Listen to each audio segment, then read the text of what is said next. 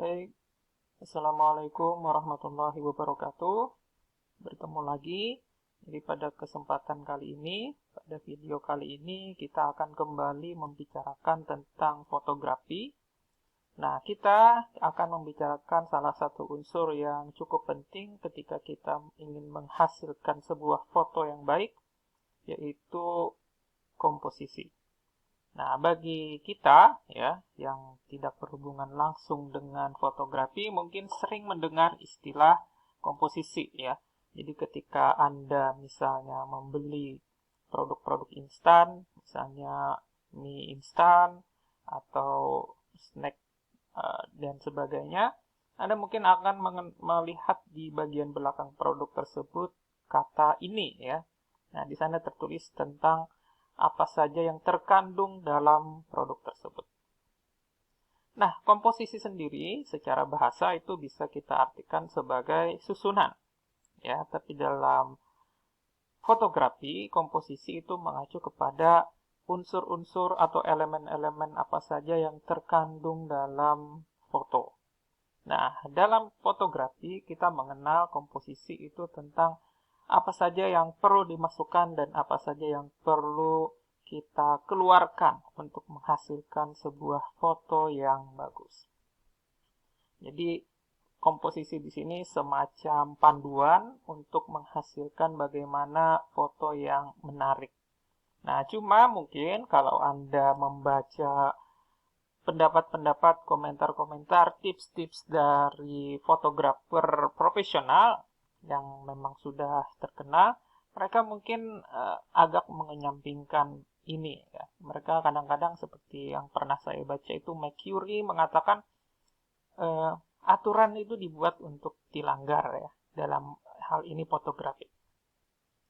Nah, jadi komposisi memang adalah sebuah acuan bagi kita ya. Jadi adalah sebagai pedoman, tapi pada akhirnya yang akan menentukan bagus tidaknya foto tersebut adalah tentang rasa itu sendiri ya. Karena fotografi itu sendiri adalah sebuah seni dan kadang-kadang seni itu sendiri pada akhirnya akan kembali kepada persoalan rasa ya. Tapi di sini sekali lagi kita berbicara komposisi untuk melihat acuan-acuan, panduan-panduan kita. Nah, jadi ketika kita sudah tahu bagaimana foto yang ideal, ketika kita mau mengembangkannya lagi di gaya tersendiri, baru kita bisa lakukan ya. Baik. Nah, jadi apa saja komposisi ya yang kita kenal dalam fotografi. Nah, di sini ada beberapa. Jadi sebenarnya sangat banyak, tapi dalam video kali ini saya akan menjelaskan beberapa di antaranya.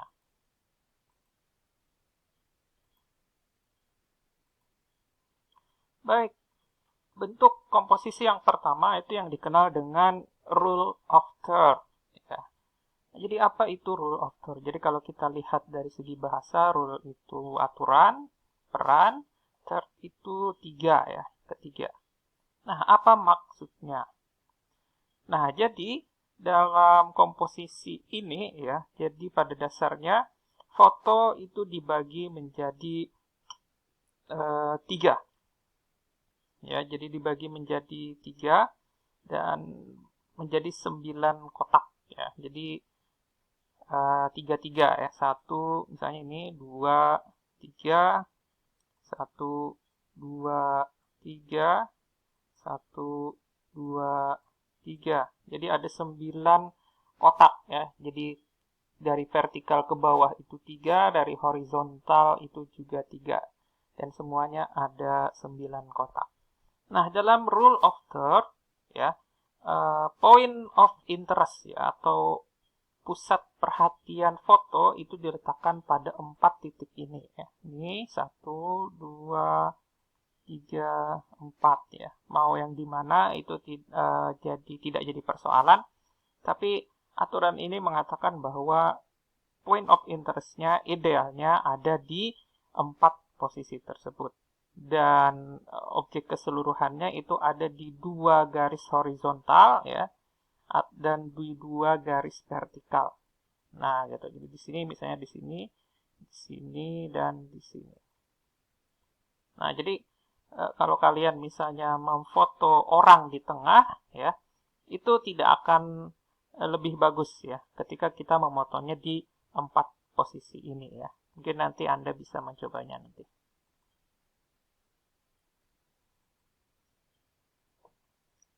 Baik, ini ada beberapa contoh ya. Nah, misalnya kalau kita lihat di sini ya, foto ini point of interest-nya adalah pohon ini ya. Dan kalau kita bagi menjadi 9 kotak tadi, dia mengikuti aturan dari rule of third ya. Nah, ini contoh yang lain juga. Nah, ini ya. Ini dan ini ya. Dan kalau kalian lihat semuanya ada di sini ya, point of interest-nya gitu. Nah, gitu. Jadi yang diharapkan dalam rule of third adalah itu ya. Jadi posisinya kita letakkan di 4 titik tersebut. Oke, itu yang disebut dengan rule of third ya. Nah, selanjutnya ada yang disebut dengan repetisi. Ya, repetisi itu artinya pengulangan. Jadi kalau dalam bahasa kan kita mengenal istilah ini juga ya, repetisi, pengulangan. Misalnya kalau ada syair, syair itu pasti di belakang yang tiap baitnya itu pasti katanya sama, berulang terus kalau a terus. Nah, itu adalah repetisi ya, pengulangan. Nah, begitu juga dalam foto juga dikenal istilah pengulangan. Jadi pada dasarnya ketika mata kita melihat suatu pola yang sama secara berulang itu akan terkesan lebih indah ya. Nah, seperti ini ya. Dia ada pola yang berulang secara terus-menerus. Jadi kalau kita lihat ini fotonya lebih menarik ya dibandingkan kalau kita mengubah perspektifnya. Nah, di sini juga ada beberapa contoh yang lainnya. Nah, kalau kita lihat di sini ya. Jadi ini hanya sebuah tiang ya, tapi ketika kita mencari perspektif yang menarik sehingga tiang itu dapat kita lihat secara berulang, maka kalau kita lihat foto ini akan menjadi lebih menarik ya. Apalagi dengan garis tertentu ya. Nah, sama dengan ini ya. Jadi pola ini berulang ya. Jadi orang berbaris secara rapi mengikuti pola tertentu dan mereka difoto polanya terjadi secara berulang. Nah, repetisi seperti ini membuat foto kita menjadi lebih menarik ya.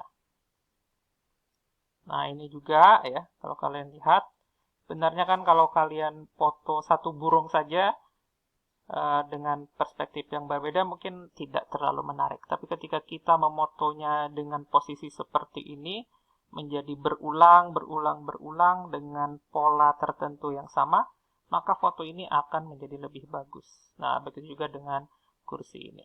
Nah, gitu ya. Jadi, perlu kejelian untuk melihat di mana sebuah objek itu berulang secara menarik.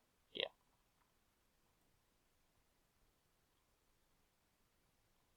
Nah, oke.